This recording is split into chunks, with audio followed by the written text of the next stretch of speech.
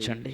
నీ వాక్యానికి లోబడే సహృదయాన్ని, విధేయతతో కూడినటువంటి పదిలమైన మనస్సును ప్రసాదించండి.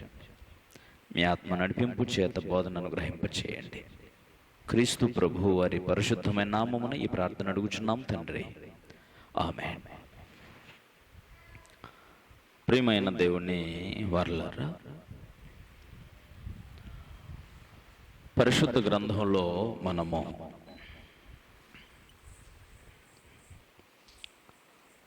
భక్తి కలిగిన స్త్రీలు అంటే స్త్రీలు భూమి మీద పుట్టి పెరిగి పెద్దవారై వివాహం చేసుకొని పిల్లలను కని కుటుంబాలుగా కట్టబడుతున్నటువంటి సంగతి అందరికీ తెలుసు. ప్రపంచవ్యాప్తంగా పురుషులు ఎంతమంది ఉంటారో స్త్రీలు కూడా అంతకన్నా ఎక్కువగానే ఉంటున్నారు. ఎవరి బాధ్యతలు వారు చక్కగా నిర్వహించవలసిన బాధ్యత ఉంది. దాన్ని ప్రతి ఒక్కరు కూడా తెలుసుకొని బ్రతకాలి.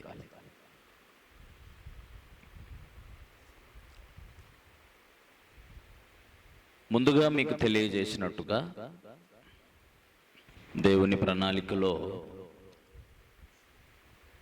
భూమి మీద మాత్రమే స్త్రీ పురుషులు. దేహాన్ని విడిచిన తర్వాత వారు స్త్రీలు కారు, పురుషులు కారు. స్త్రీ పురుషులుగా భూమి మీద మాత్రమే ఎందుకు పుట్టించబడుతున్నారు అంటే దాని వెనకాల దేవుని యొక్క ఒక మహత్తరమైన గొప్ప ప్రణాళిక ఉంది.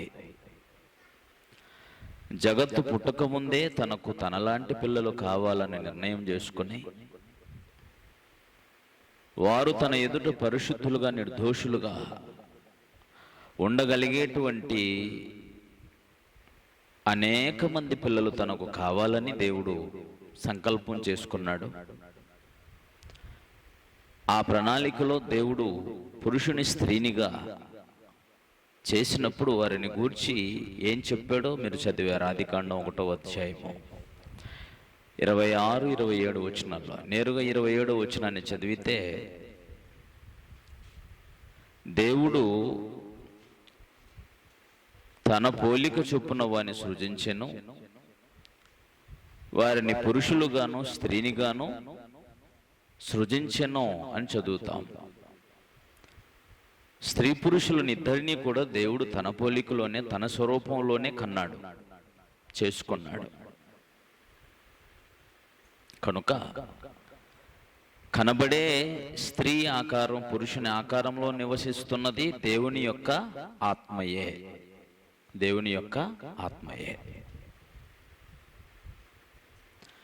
దేహాన్ని విడిస్తే అందరిది ఒకే రూపం. దేహంలో ఉన్నంతకాలమే స్త్రీ పురుషులు.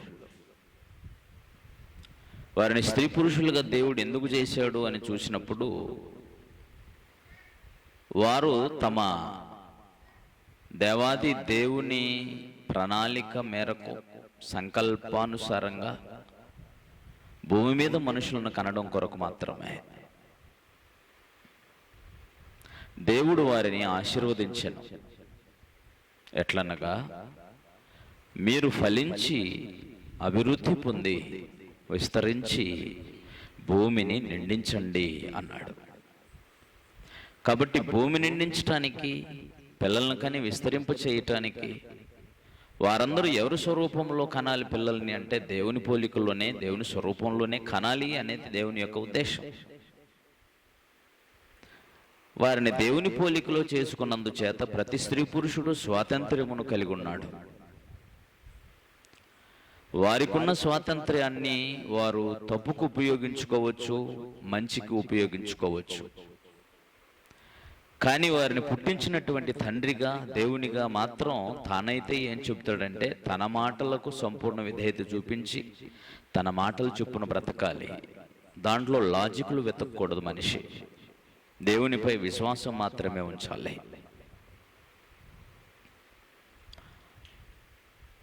దేవుడు ఏదైనా తోటలో స్త్రీ పురుషుని ఇద్దరిని ఉంచిన తర్వాత వారికి ఆజ్ఞాపించిన విధానం ఏమిటి?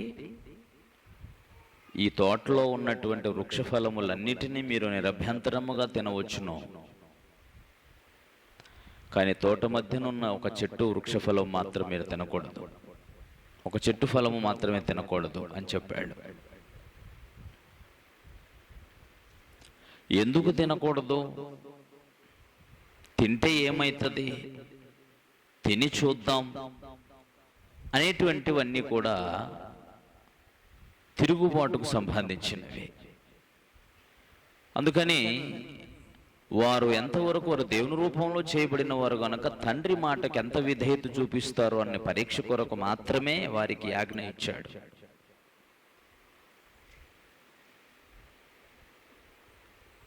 అందుకని దేవునిపై ప్రేమ, దేవునిపై భక్తి, దేవునిపై విశ్వాసం అనేది మనిషికి ఉంటే సొంత జ్ఞానాన్ని మనిషి ఉపయోగించుకోడు. ఇక్కడ సమస్య అంతా నేను ఎందుకు ఇదంతా చెబుతున్నానంటే, క్రీస్తు సంఘాలలో పురుషులతో సమానమైనటువంటి స్థితి స్త్రీలకు కనిపించడం లేదు అని, ఎందుకో స్త్రీలని తక్కువ చూపుగా చూస్తున్నారు అనేటువంటి ఒక అభాండ క్రీస్తు సంఘాలపైని, క్రైస్తవ్యంపైని బైబిల్ విమర్శకులు, వివిధమైన మతశాఖల వారు మాట్లాడుతూ ఉంటారు. ఎవరైనా సరే దేవుని మాటకు విధేయత చూపించాలి. దేవుడు ఎంత ఇచ్చాడో మనకి ఆ పరిధిలో బ్రతికితే చాలా బాగుంటుంది. దేవుడు తోటలో ఈ వృక్ష ఫలము తినొద్దు అని చెప్పిన తర్వాత దేవుని మాటలు విన్నంత కాలం వారు ఏ తప్పు చేయలేదు.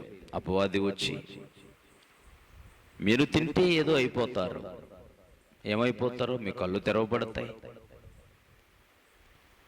మీరు గొప్పవారు అయిపోతారు, దేవతలు అయిపోతారు, మంచి చెడ్డలు తెలివి వచ్చేస్తుంది, మీకు మంచి జ్ఞానం వస్తుంది, ఏవేవో మాటలు చెప్పేసింది. కానీ అక్కడ అపవాది మాటలు కూడా విన్నారు. ముందు దేవుని మాటలు విన్నారు, అపవాది మాటలు కూడా విన్నారు. ఇక్కడ అవ్వమ్మ గారు ఆలోచించవలసింది ఏమిటి అని అంటే, మమ్మల్ని సృజించిన మా తండ్రి, మా దేవుడు ఒకదాన్ని తినవద్దు అన్నాడనంటే దాని వెనకాల ఏముందో, ఆ పండు తినవద్దు అని వెనకాల దేవుని ప్రేమ ఉంది మాపై ఆయనకి. కాబట్టి మేము తినము అన్నట్టుగా ఉండాలి. ఆ తింటే ఏమైద్ది? తింటే ఇంకా గొప్పలం అయిపోతామంట అనే ఆలోచన మనిషికి రానవసరం లేదు. వాళ్ళు ఆలోచించవలసింది, ఈ చెట్టు ఫలము తినడం వెనకాల దేవుని జ్ఞానం ఉంది. ఈ చెట్టు ఫలము తినవద్దని చెప్పడం వెనకాల దేవుని జ్ఞానం ఉంది, దేవుని ప్రేమ ఉంది. దేవునిపై మనం విశ్వాసము కూడా ఉంచాల్సిన అవసరం ఉంది. ఎందుకు తినవద్దన్నాడు? చెప్పింది దేవుడు, నన్ను సృజించిన వాడు. తినవద్దన్నాడు కాబట్టి నేను తినను. అది దేవునిపై ఉన్న విశ్వాసం. జ్ఞానం ఏదైనా ఉంటే దీని వెనకాల దేవునికి ఏమి జ్ఞానం ఉందో, ఇలా తినవద్దని చెప్పడం వెనకాల నా తండ్రి ప్రేమ ఎంతుందో అని దేవుని ప్రేమను, దేవుని జ్ఞానాన్ని గూర్చి ఆలోచించుకొని, దేవుని ప్రేమను అర్థం చేసుకొని దేవుని మాటకు విధేయత చూపవలసినటువంటి అవసరత అవ్వమ్మకుండద్ది. తాను ఇంకెవరి మాటనో విని, ఇంకెవరి ప్రేరణకు లొంగి, ఉన్న స్థితి కంటే ఇంకేదో గొప్ప స్థితి వస్తుంది అనుకొని దీనస్థితికి దిగజారిపోవడానికి గల కారణం దేవుని మాట ఆమె వెనక పోవడం వల్ల. కష్టాన్ని కొని తెచ్చుకుంది, గర్భవేదన మిగిలి హెచ్చించబడే స్థితికి వచ్చి తెచ్చుకుంది. పరిస్థితులన్నీ మారిపోయాయి. దీనికి అంతటికి ఒకే ఒక కారణం, దేవుని మాటను వినడానికి,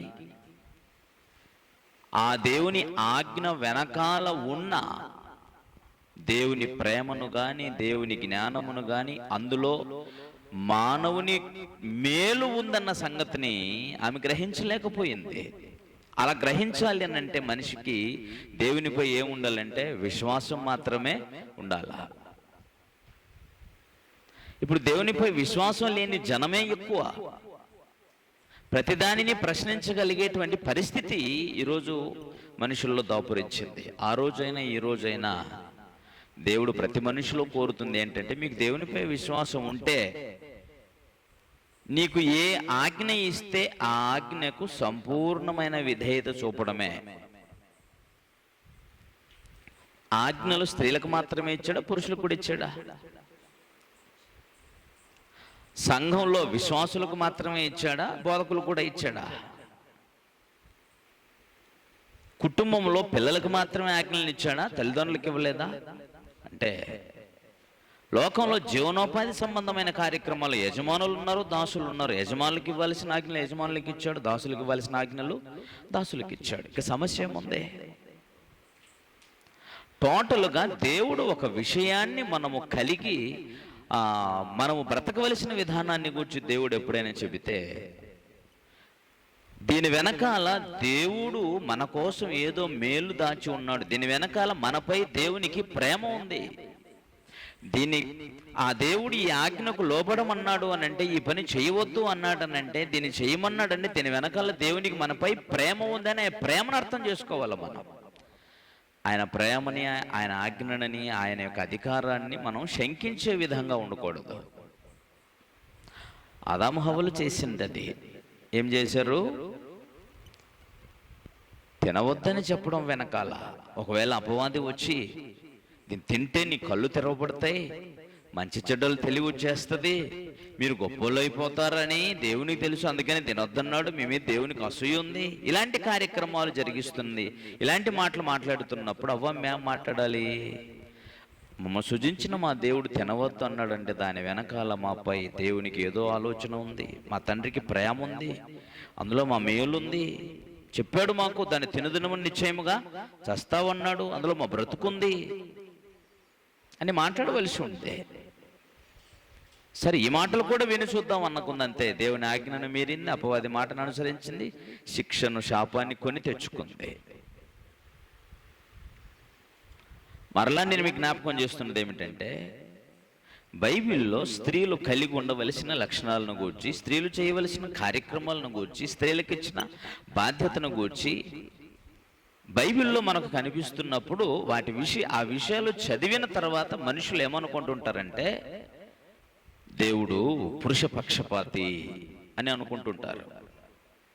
కొన్ని మాటలు అలాగే కనిపిస్తుంటాయి మనుషులకి. దేవుడు పురుష పక్షపాతి. బహుశా అందుకేనేమో దేవతలను సృష్టించుకున్నారు చాలా మంది.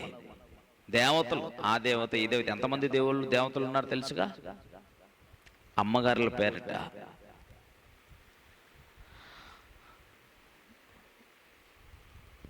అందరిలో ఉన్నది దేవుని ఆత్మ అనే సంగతి మరవకూడదు. అందరిలో ఉన్నది దేవుని ఆత్మ. అసలు మానవుని గూర్చి సరిగా అర్థమైపోతే చాలు. ఇక్కడ సమస్య అంతా ఏంటంటే, మానవుని గూర్చి మానవునికి తెలియకపోవడం. మానవుడు రెండు భాగాలుగానే దేవుడు సృజించాడు, శరీరము ప్లస్ ఆత్మ. శరీరమే నువ్వు పురుషుడు స్త్రీ, శరీరంతో మాత్రమే, ఆత్మవి కాదు, స్త్రీ పురుషుడివే. అదొక్కటి అర్థమైపోతే చాలు. కనుకనే ఎప్పుడూ కూడా మనము దేవుని మాటలు చదువుతున్నప్పుడు స్త్రీలుగా మమ్మల్ని అణిచిపెట్టే విధంగా, మమ్మల్ని తగ్గించే విధంగా, వివక్ష చూపించే విధంగా దేవుడు బైబిల్లో స్త్రీల కోసం రాయించాడు అనే అనుమానం రానవసరం లేదు. ఎందుకంటే పురుషులకి ఇవ్వాల్సిన కూడా పురుషులకి చెప్పాడు కదా, ఎవరికి చెప్పాల్సింది వాళ్ళకి చెప్పాడు. ఎవరైనా సరే దేవుని మాటకే విధేయత చూపాలి. ఒక పని ఇచ్చాడు, ఈ దేహం ఇచ్చాడు, దీనికోసం పని ఇచ్చాడు, ఆ పని సమర్థవంతంగా పూర్తి చేసుకొని వెళ్ళటమే ముఖ్యం తప్ప ఇంకేమీ కాదు. ఇందులో ముఖ్యంగా తెలుసుకోవాల్సింది ఏమిటంటే, దేవుడు ఏమి చెప్పినా మనకి, స్త్రీలకు ఇచ్చిన ఆజ్ఞల విషయంలోనే, పురుషులకు ఇచ్చిన ఆజ్ఞల విషయంలోనే, పిల్లలకి ఇచ్చిన ఆజ్ఞల విషయంలోనైనా దీని వెనకాల మనపై దేవునికి ఏముంది? ప్రేమ ఉందని అర్థం. అది తెలుసుకోవాలి ముందు. మనకు ఒక ఆజ్ఞ ఇచ్చి ఒకటి చేయవద్దు అన్నాడు అంటే, లేదా ఇది చేయమన్నాడు అని అంటే దాని వెనకాల మన విషయమై దేవుని యొక్క జ్ఞానము, దేవుని యొక్క భవిష్యత్ జ్ఞానము వేరుగా ఉందని అర్థం. వేరుగా ఉందని అర్థం. దేవుని యొక్క ఆలోచన మనకు అర్థం అవ్వాలి. అందుకనే అన్ని చోట్ల ఆ రోజు నుంచి ఈ రోజు వరకు సమాజం నాశనం అయిపోవటానికి ఈరోజు పురుషులు స్త్రీల వేషం వేస్తారు, స్త్రీలు పురుషుల వేషం వేసి బతుకుతున్నారు. నిజమా కాదా? పురుషుల వేషం స్త్రీలు, స్త్రీల వేషం పురుషులు. కానీ దేవుడైతే లేవికాండంలో చాలా స్పష్టంగా చెప్పేశాడు, పురుషుని వేషం స్త్రీ వేసుకోకూడదు, స్త్రీ వేషం పురుషుడు ధరించకూడదు అని ఆజ్ఞ. అది ఒకవేళ పురుషుడైన నిన్ను స్త్రీగా పుట్టించవలసి వస్తే ఆయన స్త్రీగానే పుట్టించుండేవాడుగా. స్త్రీని పురుషుని వేషం వేస్తుందని అంటే పురుషునిగానే అలాంటి ఆలోచనలు నీకున్నాయనంటే పురుషునిగానే పుట్టించినవాడు. సర్వాధికారం దేవునిదే కదా. కాబట్టి జాగ్రత్తగా మీరు తెలుసుకోవలసినటువంటి విషయం, అన్ని కాలాలలో ప్రతి మనుషుడి సమాజము పూర్తిగా స్త్రీలుగా పురుషులుగా వారి వారి బాధ్యతలు నిర్వహించక కుటుంబ వ్యవస్థను కూల్చివేసుకోవడానికి గల కారణం ఏమిటి అని అంటే, కారణం ఏంటంటే సామెతల గ్రంథంలో 29వ అధ్యాయము 18వ వచనాన్ని చూడండి. సామెతల గ్రంథం 29వ అధ్యాయము 18వ వచనం.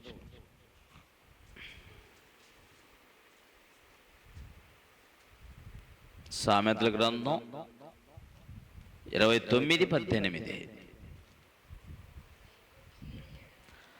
దేవోక్తి లేని ఎడలా,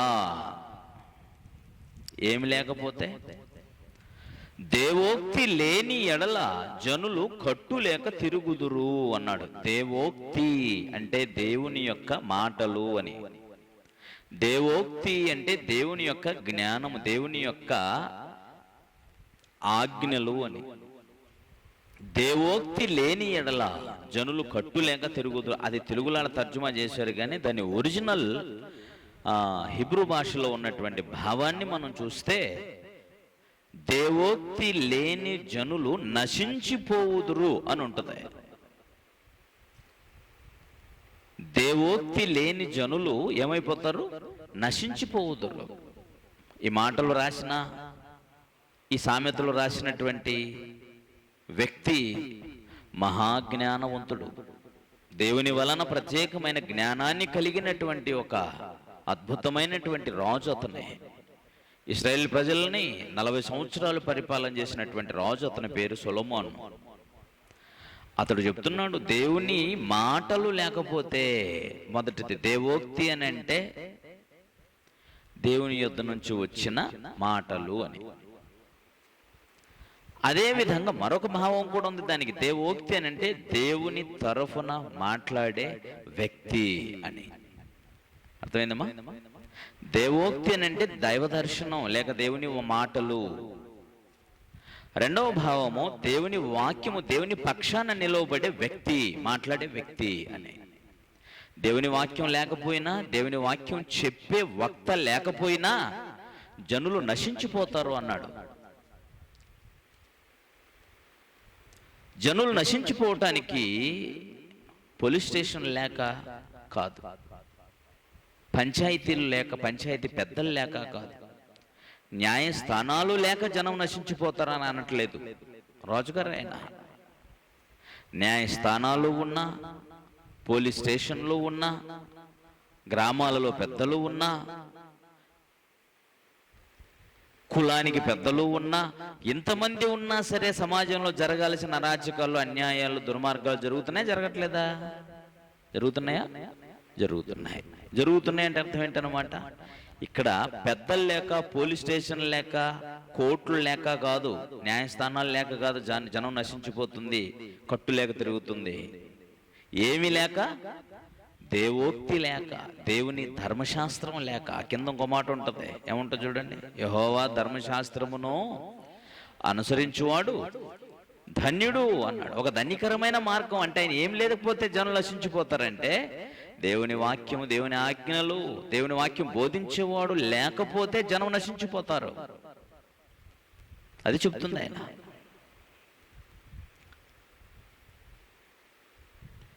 దేవుని వాక్యము తప్ప, దేవుని సేవకుడు తప్ప ఇక భూమి మీద ఎవరు ఉన్నా సరే జనం నశించిపోతారు.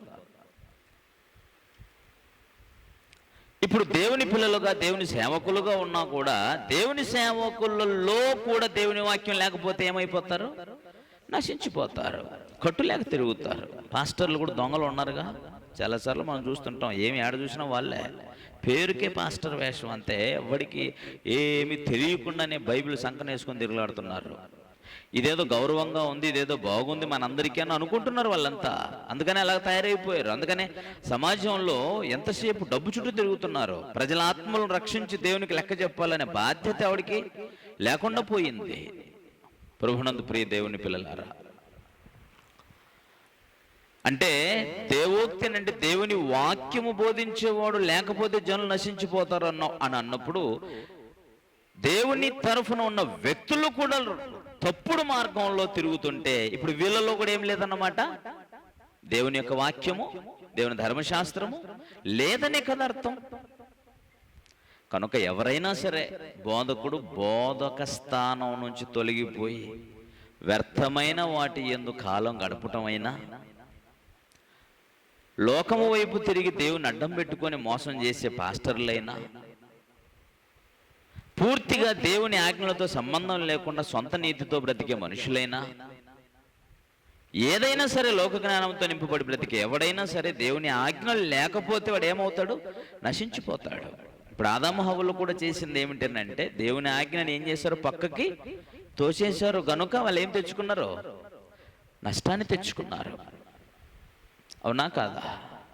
కనుక ఇక్కడ మనకి నేనేం చెప్పాలనుకుంటాను అర్థమైందా మీకు? దేవుని వాక్యంలో స్త్రీలకు దేవుడు కొన్ని ఆజ్ఞలు ఇచ్చినప్పుడు మీరు ఇలా ఉండాలి, ఇలా ఉండకూడదు, ఇలా మాట్లాడకూడదు అన్నప్పుడు దేవుడు ఏదో పురుష పక్షపాతి అని భావించడానికి వీల్లేదు. అందుకు మొదటి రీజన్ చెప్పాను.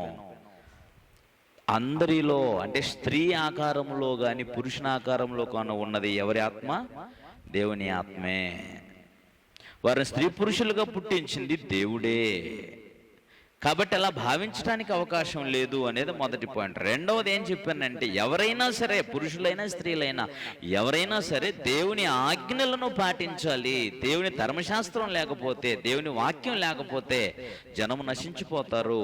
ఎవరికి ఇవ్వవలసినటువంటి ఆజ్ఞ వాళ్ళకి ఇచ్చినప్పుడు ఆ ఆజ్ఞలు పాటించటం వెనకాల దేవునికి మనపై ప్రేమ ఉంది, అందులో మన మేలు ఉంది, మన విషయంలో దేవుని భవిష్యత్ జ్ఞానం ఉంది అనే విషయాలు మనం అర్థం చేసుకోవాలి తప్ప, దేవుని మీద విశ్వాసం ఉంచాలే తప్ప దేవునిని అనుమానించేటట్టుగా, దేవుడు ఏదో పక్షపాతం చూపిస్తున్నట్టుగా భావించవలసిన అవసరత మనల్ని పుట్టించిన వాడు దేవుడు.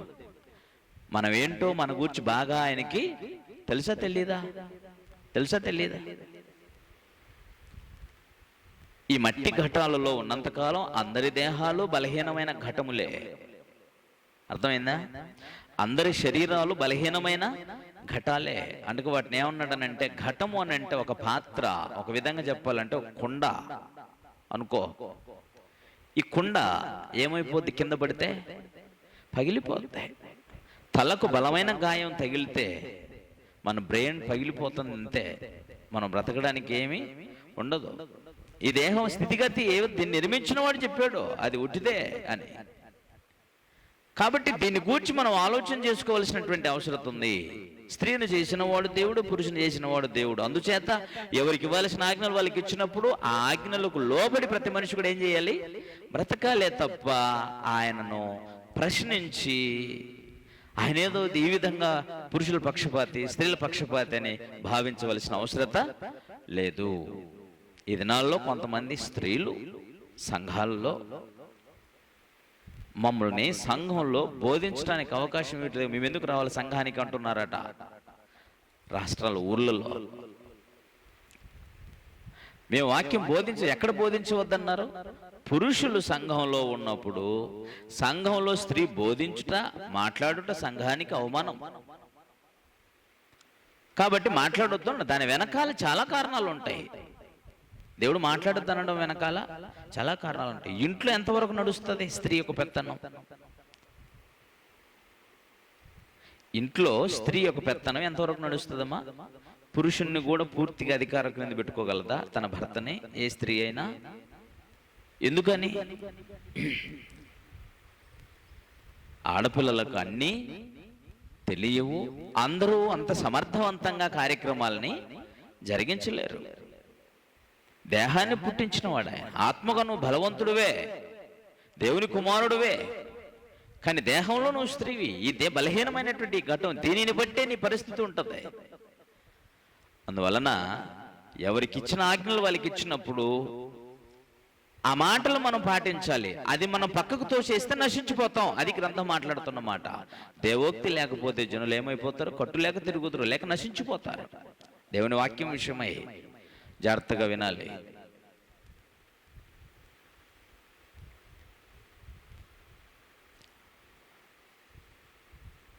కాబట్టి స్త్రీలు కలిగి ఉండవలసిన కొన్ని లక్షణాలను గురించి మనం ఆలోచన చేస్తున్నాం కదా. స్త్రీలకు ఉండవలసిన లక్షణాలు కాబట్టి జాగ్రత్తగా మనం చూస్తాము. నీ కొన్ని విషయాలు అన్ని తీతుకు రాసిన పత్రికల్లోనూ, పేతురు రాసిన పత్రికల్లోనూ, అలాగే తిమోతికు రాసిన పత్రికల్లోనూ వీటన్నిటిని గూర్చి, స్త్రీలను గూర్చి మొత్తం భక్తి గల స్త్రీల యొక్క లక్షణాలు అని కోట్ చేసే మొత్తం ఒక జాబితా తయారు చేశా. ఆ క్యారెక్టర్స్ని మీ ముందు ఉంచుతున్నాను. మీరు జాగ్రత్తగా చదువుకోండి, రాసుకోండి. నంబర్ 1,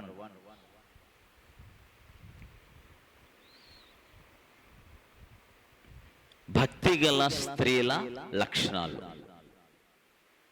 గ్రంథంలో ఉన్న వాటినే నేను అన్నిటినీ తీసి ఒక చోట చేర్చాను. 3 చోట్ల, పేతురు రాసిన మొదటి పత్రిక 3వ అధ్యాయంలోను, తీతుకు రాసిన పత్రికలోని 2వ అధ్యాయంలోను, అలాగే తిమోతికు రాసిన మొదటి పత్రికలో 3వ అధ్యాయంలో స్త్రీలు కలిగి ఉన్నటువంటి లక్షణాల కోసం, కొలసీలకు రాసిన పత్రికలో ఉన్నటువంటి స్త్రీల లక్షణాల కోసం, అలాగే ఎఫెసీ పత్రిక 5వ అధ్యాయంలో ఉన్న స్త్రీల లక్షణాల కోసం అన్నిటినీ పరిశీలన చేసి ఒక జాబితా తయారు చేశా వారి లక్షణాల గురించి. వాటిని గురించి నేను ఒక లిస్ట్ చెప్తున్నాను, జాగ్రత్తగా రాసుకోండి. ఇప్పటి వరకు మీకు ఏమేం చెప్పానంటే, మంచి ప్రవర్తన కలిగి ఉండాలి అనే దాని మీద చెప్పాను. దేవుని యందు భయభక్తులు కలిగి ఉండాలి అనే దాని గురించి మీకు తెలియజేశాను. అలాగే తమ భర్తలకు లోబడి ఉండాలి అనే విషయాన్ని గురించి కూడా తెలియజేశాను. అలాగే తమ భర్తలను, తమ శిశువులను ప్రేమించు వారై ఉండవలెను అనేది వరకు మీకు తెలియజేశాను కదా. అక్కడ వరకు మనం చూసాం. లిస్ట్ అయితే మొదటి నుంచి మీరు ఒక లిస్ట్ రాసేసుకోండి. ఈ లిస్ట్ రాసిన తర్వాత భాగాలలో మనం ఒక్కొక్క భాగాన్ని జాగ్రత్తగా తెలుసుకుందాం. ఇప్పటి వరకు ఎలాగో 4 ప్రత్యేకమైన విషయాలు తెలుసుకొని ఉన్నాం. ఇంకా మిగతా విషయాలు కూడా తర్వాత తెలుసుకునే ప్రయత్నం చేస్తాం. మొత్తానికి ఇప్పుడు మనము ఒక లిస్ట్ అయితే రాద్దాం, ఓకేనా? పెన్ను పేపర్ పెట్టుకొని రాసుకోండి. మొదటిది, మంచి ప్రవర్తన కలిగిన వారై ఉండవలెను. స్త్రీలు, భక్తి కలిగిన స్త్రీల యొక్క లక్షణాలు. మంచి ప్రవర్తన కలిగినదై ఉండవలెను. రెండవదిగా, దేవుని యందు భయభక్తులు కలిగిన వారై ఉండవలెను. స్త్రీల కోసం, దైవభక్తి గల స్త్రీల కోసం రాస్తున్నాం మనం గ్రంథంలో.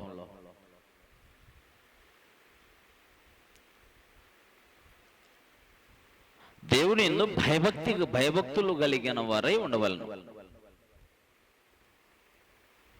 మూడవది,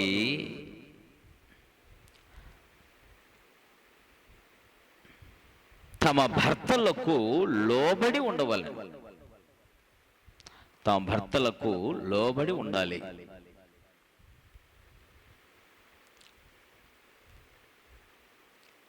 నాలుగవది, తమ భర్తలను, శిశువులను ప్రేమించువారునై ఉండాలి. తమ భర్తలని, తమ యొక్క శిశువులని, పిల్లలని ప్రేమించువారై ఉండవలెను.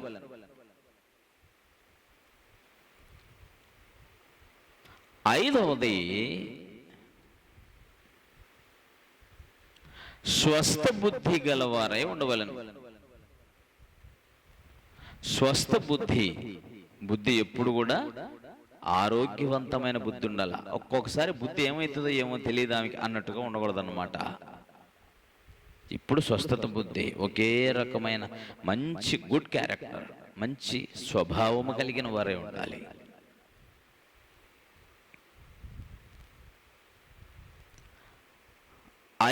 ఆరోది పవిత్రులుగా ఉండవలెను. ఆరవదిగా పవిత్రులుగా ఉండవలను, పవిత్రులై ఉండవలను. క్రీస్తు రక్తంలో కడగబడిన పరిశుద్ధులై ఉండాలి. అన్ని విషయాల్లోనూ పరిశుద్ధంగా బ్రతకాలి. ఏడవది ఇంట నుండి పని చేసుకొని వారై ఉండాలి.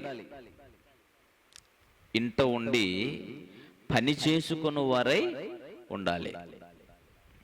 మొన్న ఎవరో చెప్పారు నాకు, చేపలు తీసుకొస్తే మా వాళ్ళు వండరబ్బా, వాళ్ళంతా వాసన అంటారు, ఏదో కడగటం అంటారు, పెద్ద పని, ఏదో వండలేము అన్నాడు. ఎలమంది అనుకుంటాను ఎవరు అన్నారు నాతో. సీరియస్గా చెప్పాను, మరి ఏం పని చేస్తారు ఆడోళ్ళు అని.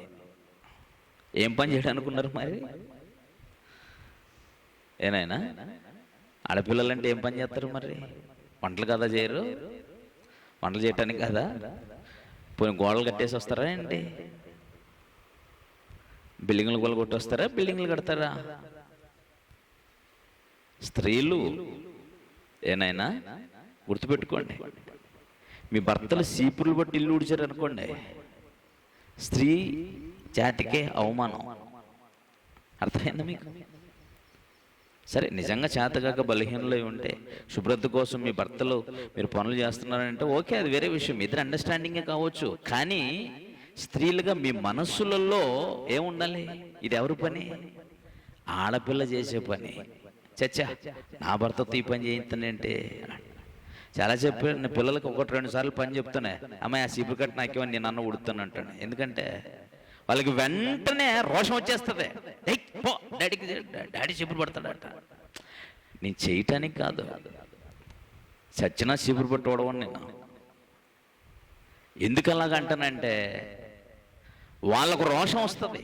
ఫ్యూచర్లో కూడా వాళ్ళకు పెళ్ళిళ్ళు చేసిన వారి భర్తల చీపురు పట్టుకొని ఓడవటానికి వచ్చిన వారి జీవితాలలో ఎప్పటికీ కూడా పురుషుడన్నవాడు స్త్రీ పని చేయనే కూడదు. అదే ఎవరి పనులలో చక్కగా చేసుకోవాలి నాయన. చాలాసార్లు చెప్పాను మీకు అనేక సార్లు, స్త్రీ ఇంట నుండి పని చేసుకోవాలి. ఇంటి పని లోపం లేకుండా చేసిన తర్వాత టైం ఉంటే ఉద్యోగానికి వెళ్ళు. అమ్మ నేను బయట ఉద్యోగం చేసి వస్తున్నా, ఒకటి ఇంట్లో పని నువ్వు చేసి పెట్టాలంటే పనికి మాలిన పనికి అంతగానో ఇంకోటి ఉండదు. కొన్ని కుటుంబాలు చూస్తే ఆశ్చర్యం వేస్తుంది నాకు. భార్య ఉద్యోగస్తురాలట, ఆ ఉద్యోగం అవుతే ఇంట్లో భర్త బట్టలు ఉతకడం, ఏనైనా ఇంకా వంటలు చేసి పెట్టడం, గిన్నెలు కడిగి పెట్టడం లాంటివి చేస్తున్నారంట కొన్ని కుటుంబాలు. వామ్మ, ఇదెక్కడ కథ? పైగా దాని మీద ఏం చేస్తే తప్ప? ఒకసారి ఒకడు పొయ్యి ఊపుతా ఉన్నాడు, నేనేమో జొన్నగిరిలో ఎప్పుడో తిరుగుతూ ఉన్నాను, తమ్ముడు వరుస అవుతాడు. వాడు పొయ్యి ఊపుతా ఉన్నాడు. ఏట్రా బాగున్నారా? బాగున్నారా? బాగున్నానన్న. ఏం పొయ్యి ఊపుతున్నావేట్రా, నీ భార్య ఏదన్నా? ఏన్నా ఇది తప్ప అని అడుగుతాడు వాడు. అంటే ఇక్కడ తప్పు ఒప్పు సంగతి కాదు, పని ఎవరైనా చేయొచ్చు, మన చేతిలో ఉన్నప్పుడు పనులు చేసుకోవాల్సిందే. కానీ ఇక్కడ దేవుని ఆజ్ఞ ఏంటంటే స్త్రీలు ఇంట నుండి పని చేసుకున్న వాళ్ళను.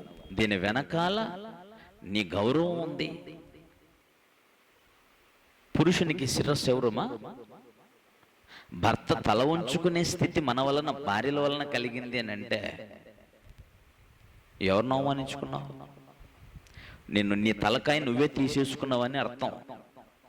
అర్థమైందా లేదా? నీ తలకాయను నువ్వే తీసేసుకుంటున్నావని అర్థం. అందుకనే ఎవరు చేసే పని వాళ్ళు చెయ్యాల. ఇంట నుండి పని చేసుకున్న వారే ఉండవాలి. నెక్స్ట్ నైనా ఎనిమిదవ పాయింట్, 8వదిగా మంచి వారై ఉండవాలేమో. మంచితనానికి అర్థం ఇవన్నీ వివరించేటప్పుడు చెప్తాను. మంచితనం అంటే ఏంటో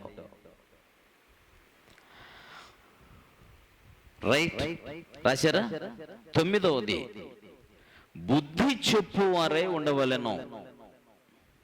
ఏం చెప్పాలి? వాళ్ళు బుద్ధి చెప్పేవారై ఉండాల. బుద్ధి, జ్ఞానోపదేశం చేయవారై ఉండాలా. మంచి ఉపదేశం చేయవారు. తర్వాత చెప్తున్నాం. 10వ పాయింట్ ఏమిటంటే మంచి ఉపదేశము చేయువారై ఉండవలెను. మంచి ఉపదేశం. ఉపదేశం అంటే మన తెన అని తేడా ఉండదు. ఎవరైనా సరే మంచిగా వినగలిగినటువంటి వారి కోసం మంచి ఉపదేశం చేయువారై ఉండవలెను.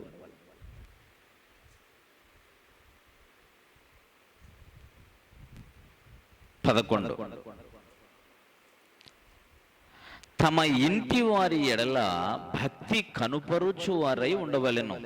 మీరు భక్తి పరులన్న సంగతి ఎవరికి అర్థమైపోయేలా ముందుగా మీ ఇంట్లో వాళ్ళకే అర్థమైపోవాలి. భయభక్తు కలిగినటువంటి జీవితం మీ ఇంట్లో వాళ్ళకే కనపరుచుకోవాలి. ఎందుకు కనపరుచుకోవాలి నాయన అలాగా? 11వ పాయింట్, తమ ఇంటి వారి ఎడల భక్తిని కనుపరుచువారై ఉండవలెను.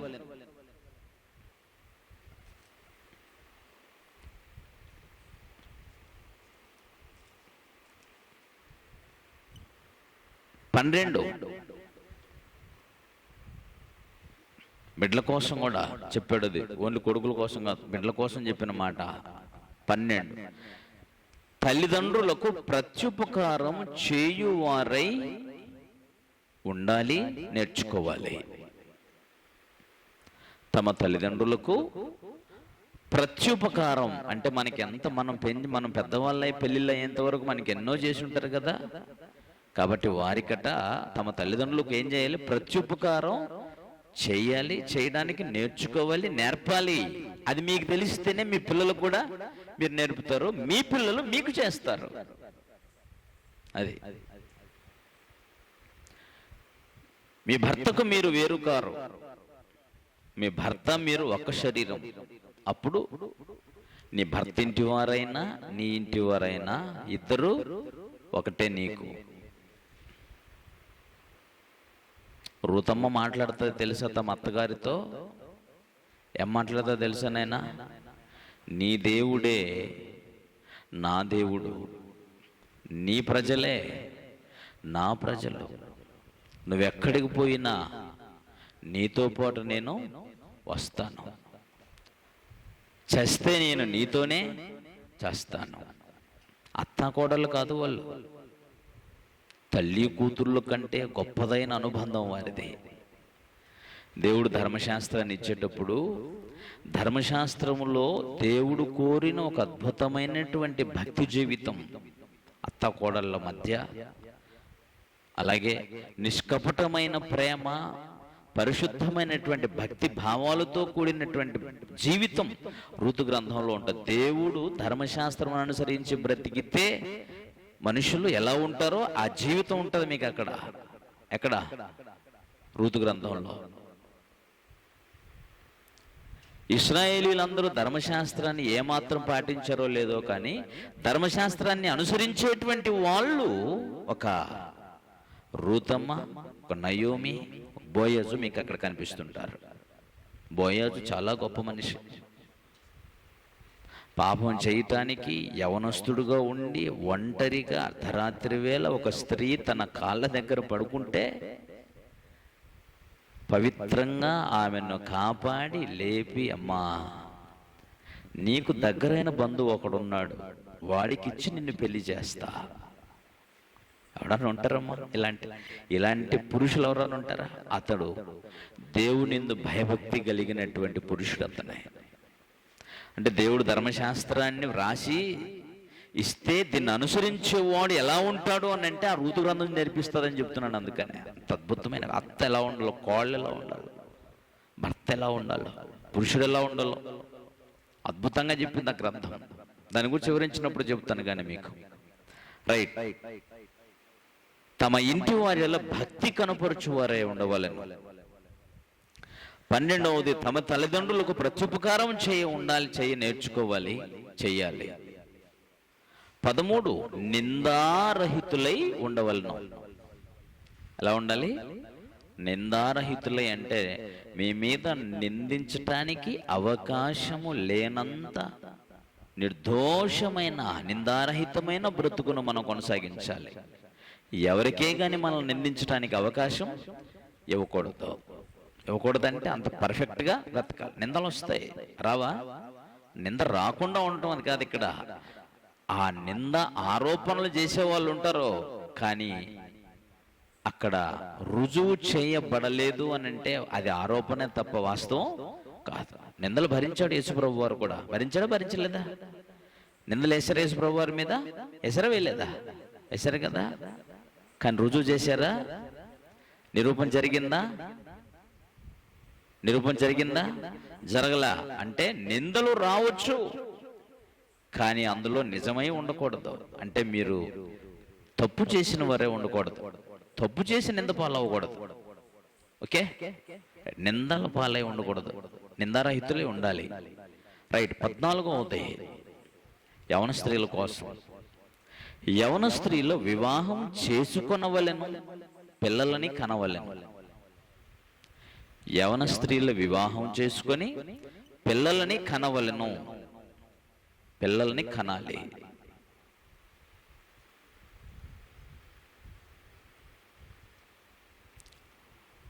పదిహేనో క్యారెక్టర్.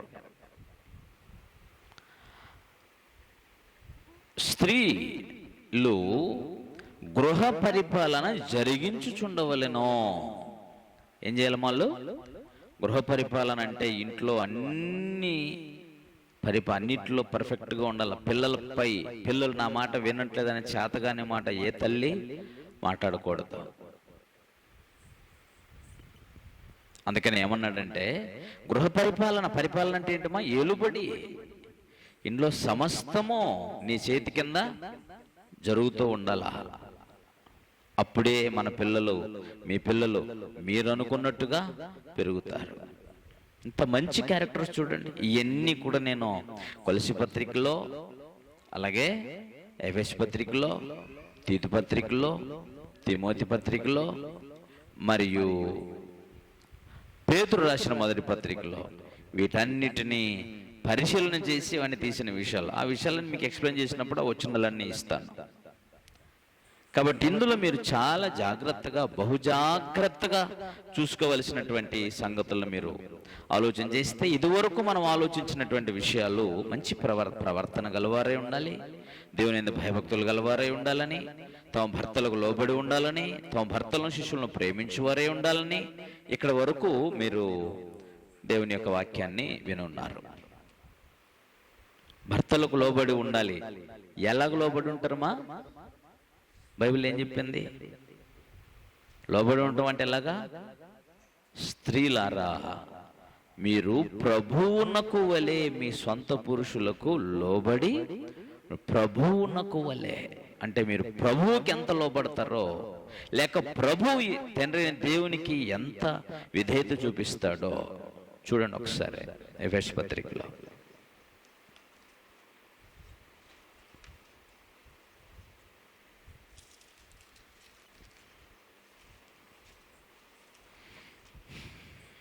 ఐదవ అధ్యాయం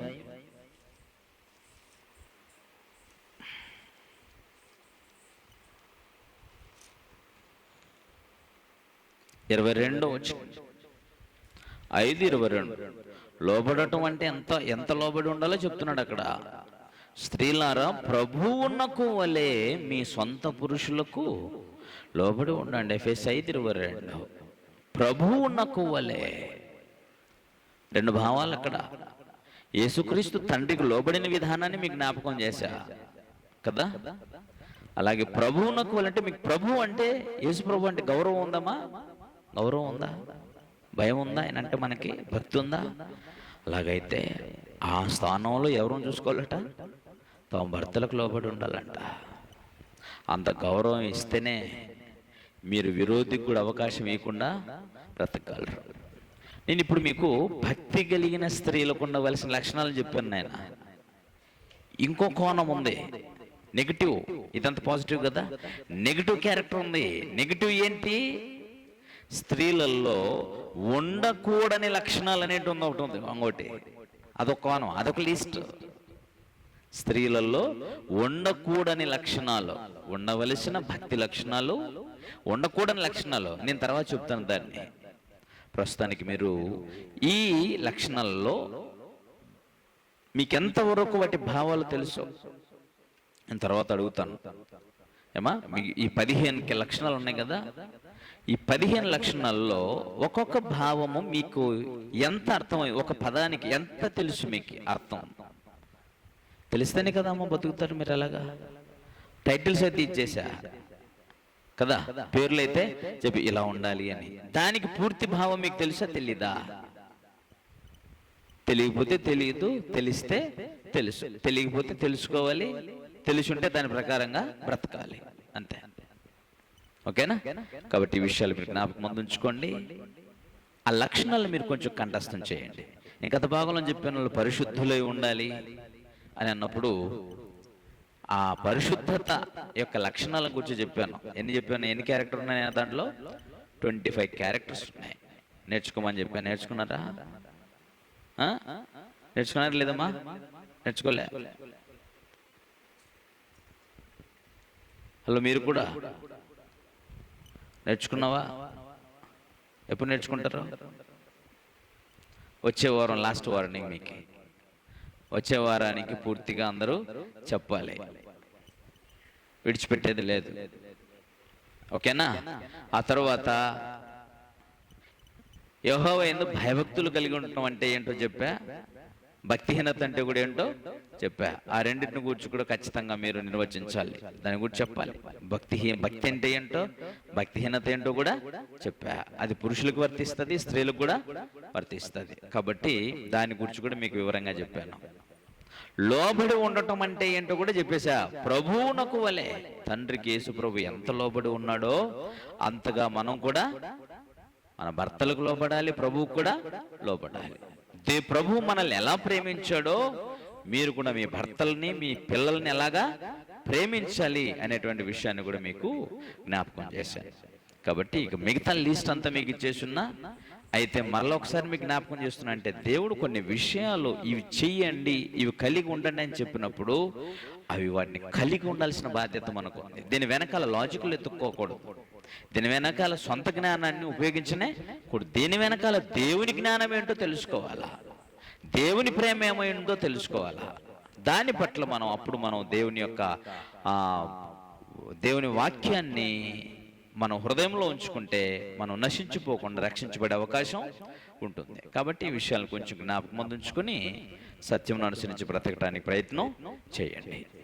ఓకే, రైట్. మరలా ఏం చెప్తారంటే, మీరు ఇంటికి వెళ్ళిన తర్వాత ఈ విషయాలన్నిటినీ మిగిలిన 21 లక్షణం, ఇంకా 11 లక్షణాలు ఉన్నాయి కదా, ఈ 11 లక్షణాలను గురించి కొంచెం మీరు ధ్యానం చేసి ఏముంది నాలో, ఏముంది నాలో, లేనిదేంటి, ఉన్నదేంటి, నేను చేయవలసిందేంటి, ఒకవేళ చేస్తే నీకేం అర్థం కాని విషయం ఏదన్నా ఉంటే దాన్ని మరలా అడిగైనా తెలుసుకొని మీరు వాక్య ప్రకారం బ్రతకడానికి ప్రయత్నం చేయండి. అలాంటి కృప దేవుడు మనకు అనుగ్రహించుగాక. ప్రార్థన చేసుకుందాం. కళ్ళు వంచి కళ్ళండి. కన్న తండ్రి, నీ ఘనమైన నామానికి స్తోత్రం. మీరు మమ్మల్ని పుట్టించిన వాడు, స్త్రీ పురుషుల యొక్క ఆకారాల్లో ఉన్నది నీ రూపమే తండ్రి.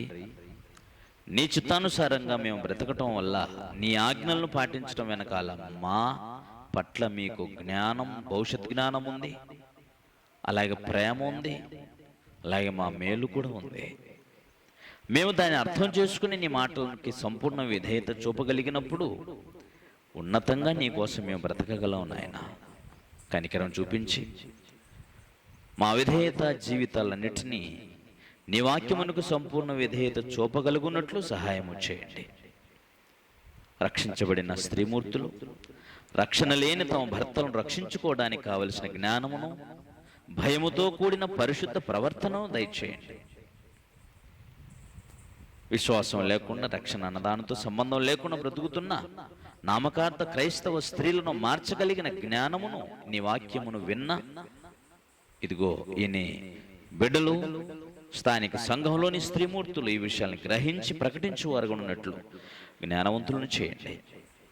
మీరు కోరినట్టు వారు చక్కటి గృహ పరిపాలన చేయువారే ఉన్నట్లు, ఇంట నుండి తమ పని చేసుకున్న వారే ఉన్నట్లు, ప్రభువునకు వలె తమ భర్తలకు లోబడిన వారి ఉన్నట్లు, మా ప్రభువు మమ్మను ప్రేమించినట్టుగా వారు తమ భర్తలను తమ పిల్లలను ప్రేమించి వారే ఉన్నట్లు మీ కృప చేయండి తండ్రి.